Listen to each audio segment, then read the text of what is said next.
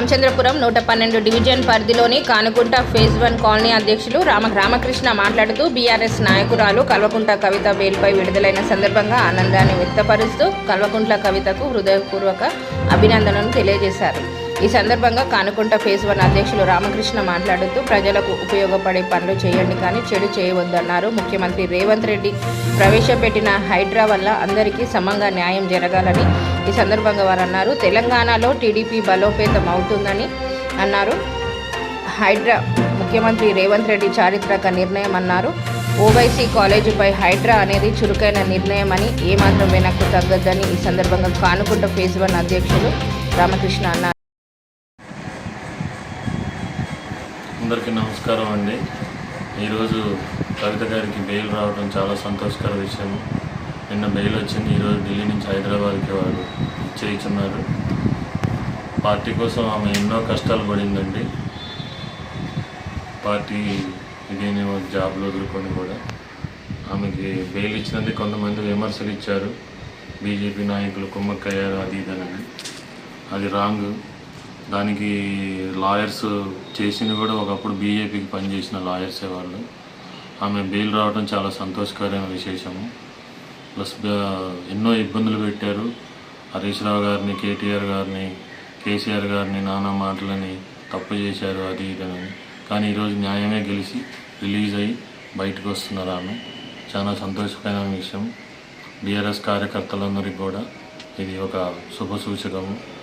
రాబోయే రోజుల్లో కూడా మంచి ఫలితాలను అందిస్తుందని, న్యాయమే గెలుస్తుందని ముందుగా మనకి భగవంతుడు ఇచ్చే సూచన ఇది. ప్రతి ఒక్క కార్యకర్త కూడా వేరే లోపాలకి లోపడి ఎవరు ఇబ్బందులు పెట్టినా కూడా పార్టీకి ద్రోహం చేసుకోవద్దు. మన కన్ను మనమే పొడుచుకున్నట్టు అవుతుంది. కష్టపడి తెచ్చుకున్న తెలంగాణ ఇది. తెలంగాణ కోసం పనిచేసిన సమరయోధుల్లో కూడా మేము కూడా ఓయూల్లోకి పోయి కలబడి పనిచేసిన రోజులు కూడా ఉన్నాయి. హరీష్ రావు గారితో ఎప్పుడో దాదాపు మేము 2015 నుంచి వర్క్ చేశాము. అప్పుడు ఉద్యమంలో పనిచేసిన రాజకీయ నాయకులు ఎవరు కూడా ఇప్పుడు కరెక్ట్గా లేరు. వాళ్ళ రాజకీయ ప్రయోజనాల కోసం పార్టీ టికెట్లు ఇచ్చి నిలబెడితే పార్టీలు మారి కబ్జాలు చేసి పార్టీ పరువు తీసిన వాళ్ళు చాలామంది ఉన్నారు. ఎక్కడిదాకా మా కాలనీలో కూడా చాలా ప్రామిస్ చేశారు. పార్టీ ఎలక్షన్లప్పుడు మీకు పార్కు చేస్తాము, టెంపుల్ కట్టిస్తాము, నాలాలు ఇచ్చేస్తాము అది ఇదని చెప్పి మాతో ఓట్లు వేయించుకొని గెలిచి ఇవాళ వేరే పార్టీలో గెలిపోయారు. కనీసం కార్యకర్తలను పిలిచి మీటింగ్ కూడా పెట్టి ఇంతవరకు మీకు ఏమైనా ప్రాబ్లమ్స్ ఉన్నాయా ఏందని కూడా అడిగిన దాఖలాలు కూడా లేవు. వాళ్ళని నమ్ముకున్న కార్యకర్తలను వదిలేసి వాళ్ళ తప్పులు చేసి వాళ్ళ సుఖాల కోసం పార్టీలు మారారు. తల్లి లాంటి పార్టీకి అన్యాయం చేసి వెళ్ళారు. ఎంతోమంది కష్టపడిన వాళ్ళు ఉన్నారు. లోకల్ ఫీలింగ్ తీశారు, నాన్ లోకల్ అని అన్నారు. కార్పొరేటర్లు ఎక్కడెక్కడి నుంచో పార్టీలో నుంచి వస్తే కూడా కార్పొరేట్ టికెట్ ఇచ్చారు. ఉన్న కార్పొరేటర్కి కూడా టికెట్ ఆపి వేరే కార్పొరేటర్కి టికెట్ ఇప్పించారు, వేరే పర్సన్కి. అతన్ని కష్టపడి గెలిపించుకున్నాము. ఆ కార్పొరేటర్లు పబ్లిసిటీలు తప్పితే పనికి కూడా ఏది చేసింది లేదు. ఒకటి అడిగితే ఒకటి చెప్తారు. ప్రతిదానికి చెత్త తీసేవాడికి లంచము, ఊడ్చేవాడికి లంచము. మా కాలనీ అయితే అసలు బ్లాక్ లిస్ట్లో పెట్టారు. ఒక రెసిడెన్షియల్ ఏరియా పోయి కమర్షియల్ ఏరియా ఏడ చూసినా నాలాల కబ్జాలు, కుంటల కబ్జాలు, పార్కులు, గవర్నమెంట్ స్కూళ్ళు ఇవన్నీ కబ్జాలు. నా వయసు ఇవాళ 45 years. నేను పెరిగిన వ్యక్తిని, పుట్టి పెరిగిన వ్యక్తులు అండి. మా చిన్నప్పుడు బిహెచ్ఎల్ లోపల నుంచి నాలా ప్రవహించేది. ఇలా నాలా కూడా కబ్జాలు చేసి కట్టుకున్నారు. దాన్ని వ్యతిరేకించే ఫ్యామిలీని టార్గెట్ చేయటము, విమర్శించటము, కుల ఫీలింగులు తీయటము, మేము ఎక్కడి నుంచో వచ్చామని మాట్లాడటం. కానీ మేము ఇక్కడ పుట్టి పెరిగిన వాళ్ళమే. ఎక్కడి నుంచో అందరూ వచ్చిన వాళ్ళు ఇక్కడ పుట్టి పెరిగిన వాళ్ళు ఎవరూ లేరు. కానీ రాజకీయ నాయకుడు అనేవాడు ప్రజలకు మంచి చేయాలి, 10 మందికి దారి చూపించాలి. కానీ 10 మంది కొట్టి అతను కడుపు నింపుకోవడం అనేది అయితే రాదు. తప్పు చేయటం ఎందుకు? ఇప్పుడు పార్టీని మోసం చేసి ఏదో కప్పిపుచ్చుకోవడం ఎందుకు? పార్టీని వదిలేసే కార్యకర్తలనైనా ఆలోచించాలి కదా. కష్టపడే కార్యకర్తలకు ఏమైనా చేసి పెట్టేవాడు రాజకీయ నాయకుడు. 96లో మా ఫాదర్ 2 times ఎమ్మెల్యేగా చేశారు. మా మామగారు ఇప్పుడు టీడీపీ ఎమ్మెల్సీగా ఉన్నారు. రాజకీయం గురించి తెలియని వాళ్ళము కాదు, రాజకీయ ఫ్యామిలీ అయినా. కానీ మేము ఎప్పుడూ ఇట్లాంటి విమర్శలు చేయలేదు. ఎన్నో లక్షల కోట్లు పోగొట్టుకున్నా కానీ ఇలా మమ్మల్ని నమ్ముకున్న వాళ్ళ కోసం 10 మంది ఫ్యామిలీలకి దారి చూపించడానికి నిలబడు. అది రాజకీయం అంటారు. కానీ నాలా కలెక్షన్కి పోతే కమిషన్లు, మంచినీళ్ళకి పోతే కమిషన్లు, పింఛన్లకు పోతే కమిషన్లు, రేషన్ కార్డులకు పోతే కమిషన్లు. పని చేత కానప్పుడు రాజకీయాల నుంచి పక్కకి వెళ్ళిపోతే బాగుంటుంది. జనాల్ని మోసం చేయడానికి రాజకీయాల్లోకి వచ్చి ఇది ఒక కమర్షియల్గా డబ్బు సంపాదించుకోవడం అయిపోయింది. ఎక్కడో బజ్జీలు కొట్లు, టిఫిన్ బండ్లు నడుపుకునేవాడు కూడా, అక్షరం ముక్క రానివాడు కూడా ఇలా రాజకీయాల్లోకి వచ్చి రాజకీయాన్ని భ్రష్టు పట్టించేశారు. వ్యతిరేకించామనే మాట వస్తుంది. కానీ 40 ఏళ్లలో మా కాలనీలో ఎవరు అడుగుపెట్టి కబ్జా చేయలేదు. కానీ బీఆర్ఎస్ 10 ఏళ్ళు ఉన్నప్పుడు కబ్జాకు గురైందని చెప్పారు. కానీ కాంగ్రెస్ వచ్చి 100 రోజులు కాలేదు, మా కాలనీలో 1000 గజాలు కబ్జాకు గురైపోయింది. అది ఎవరు అడిగేవాళ్ళు కూడా లేరు. అడిగిన వాడిని చెడు అంటారు. మీకు ఎలక్షన్ల ముందు కమిట్మెంట్లు ఇచ్చారు, ఒక్క పని కూడా చేయలేదు ఇంతవరకు. ప్రజలకు మంచి చేయమని అడుగుతున్నాం కానీ చెడు చేయొద్దు దయచేసి. ఇప్పుడు హైడ్రా అని చెప్తున్నారు రేవంత్ రెడ్డి గారు, డైరెక్ట్గా రంగనాథ్ గారు. ఈ హైడ్రా అనేది మరి మా కాలనీలో కనపడట్లేదా? మా ఏరియా ఇది మాది 112 డివిజన్, కానుకుంట ఫేజ్ 1. మా డివిజన్లో 10 ఫీట్లు నాలా మూసేశారు. రేత్రి 6 ఎకరం కుంట మూసేశారు. ఎప్పుడు రాజశేఖర రెడ్డి గారు సీఎం ఉన్నప్పుడే. ఆ కుంట ఇంతవరకు లేదు. నాలా మూసేసి నాలా మీద బిల్డింగ్ కట్టారు. పక్కన మళ్ళీ కింద 100 ఫీటు నాలా ఉంది, దాన్ని మూసేసి పక్కన ఇల్లు కట్టారు. మాకు పోయినసారి వరద వచ్చినప్పుడు గండం గుడి కాడి నుంచి మా కాలనీ వరకు మొత్తం మా నడుముల లోతుల నీళ్లు మునిగిపోయినాయి. బిహెచ్ఎల్ చెరువు నుంచి వచ్చినాయి నీళ్లు. నాలా డైవర్ట్ చేశారు. దీంట్లో ఇవన్నీ హెచ్ఎండిఏ, జిహెచ్ఎంసి వాళ్ళకి తెలియకుండానే జరిగాయా? నెలకొక కమిషనర్ వస్తాడు, నెలకొక అధికారి వస్తాడు, 500 తీసుకుంటాడో పోతాడు. ఏడబెడతాడు రేకుల షెడ్లే. అడిగేవాళ్ళు లేడు.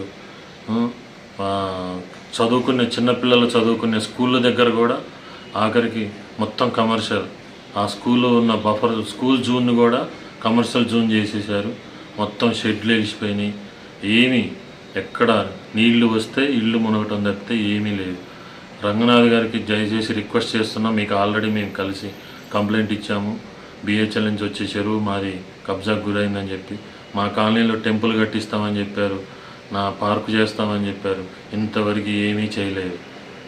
చేయకపోయినా పర్వాలేదు, పైపెచ్చు చేసే వాళ్ళని చేయించుకోకుండా చెడగొడుతున్నారు. చేయటం చేత కానప్పుడు పక్కకు తొలిగితే మంచిది. ఇది ఎవరిని వ్యతిరేకిస్తలేదు. మేము వ్యతిరేకిస్తే మీరు తట్టుకునే శక్తి మీ కాడ లేదు. మాకు వ్యతిరేకత అవసరం లేదు, శత్రుత్వం అవసరం లేదు. ఇదేమి మనసులో పెట్టుకొని కక్ష సాధింపు ఏమీ కాదు. కక్ష సాధింపు చేయాలంటే ఎట్లా ఏ రూపంలోనైనా చేయొచ్చు. ఒకవేళ చేయలేని కెపాసిటీ లేని వ్యక్తులం కాదు, చేయగలుగుతాము, చేయలేస్తాం కూడా. కానీ మేము చెప్పేది ఒకటే, మీరు కబ్జా చేసే వ్యక్తికి సహకరించారు. మేము కబ్జా చేస్తున్నారు అని చెప్తే వాళ్ళు మా ఊరోళ్ళు అన్నారు. అంటే ఓట్లు వేసేటప్పుడు మీ ఊరోళ్ళు గుర్తు రారా? మేము బయట వాళ్ళం, మీ ఊరోళ్ళం కాదా? మా ఊరోళ్ళు అని అన్నారు. మీ ఊరెక్కడో మా ఊరెక్కడో అది అందరూ ఒక ఊరు. మీ ఇంటికి ఎంత దూరం, మా ఇంటికి అంతే దూరము. ఆ టైం వచ్చినప్పుడు చెప్తాము. నెక్స్ట్ మేము కూడా కార్పొరేట్ ఎలక్షన్స్కి పోటీ చేయాలనే ఉద్దేశం మాకు ఉంది. మేము రంగంలో దిగుతాము, టీడీపీని ఇక్కడికి బలపరుస్తాము. చంద్రబాబు గారు చెప్పినట్టుగా తెలంగాణలో టీడీపీ పార్టీ కూడా బలపడటానికి ప్రయత్నం చేస్తున్నది. చంద్రబాబు గారు ఒక రేవంత్ రెడ్డి అనే వ్యక్తిని తయారు చేసి పంపించాడు. ఆ వ్యక్తి ఇవాళ కేసీఆర్ అంతటోని కూడా దింపాడు. అట్లనే మేము పార్టీకి వ్యతిరేకతం కాదు, కాంగ్రెస్ పార్టీని సపోర్ట్ చేసే మాట్లాడట్లేదు, అతను చేసే పనిని సపోర్ట్ చేస్తున్నాం. దయచేసి రేవంత్ రెడ్డి గారికి కూడా రిక్వెస్ట్ చేస్తున్నాం, మీ రెడ్డుల్ని మీ పేరు వాడుకోవద్దని చెప్పండి. మీ పేరుకి చెడ్డ పేరు తెస్తున్నారు మీ రెడ్లే. వేరే కుల పేర్లు మేము చెప్పదలుచుకోలేదు. కులాల గురించి వ్యతిరేకత కాదు, రెడ్లకి వ్యతిరేకత కాదు. మీరు ఇక్కడ మంచి చేయమని చెప్తుంటే వాళ్ళు మీ వెనకే మీకు చెడు చేస్తున్నారు. అది దానికి మేము చెప్పేది కూడా అదే. ఎన్టీఆర్ గారు ఇక్కడ ఏం డెవలప్ చేశారో, రాజశేఖర రెడ్డి గారు ఏం డెవలప్ చేశారు, కేసీఆర్, కేటీఆర్ గారు, హరీష్ రావు గారు ఎంత డెవలప్ చేశారో అందరికీ తెలుసు. ఇప్పుడు రేవంత్ రెడ్డి గారు కూడా ఆయన పేరు ఖరాబు కాకూడదు, పార్టీకి అతీతంగా అందరూ చెయ్యాలని చెప్పి చెప్తున్నాడు. రేపు మన పిల్లల ఫ్యూచర్ కోసమే తను చేసి. ఓవైసీ కాలేజీది ఇప్పుడు న్యూస్లో చర్చగా పెట్టారు. ఆ చర్చలు మీరు దయచేసి వెనక్కి తగ్గొద్దు. రాజకీయంగా దాని గురించి చూసుకోవద్దు. మంచిగా ఉన్నదాన్ని మంచి చేసేదే చూడండి.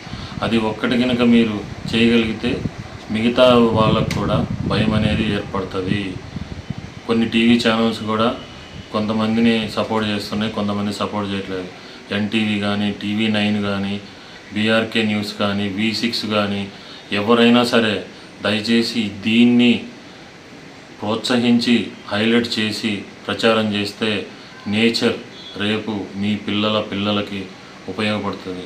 ఇంకొకటి మెయిన్ మెసేజ్, రామోజీ ఫిలిం సిటీలో ఎన్ని చెరువులు ఉన్నాయో కూడా తెలుసుకోండి ముందు.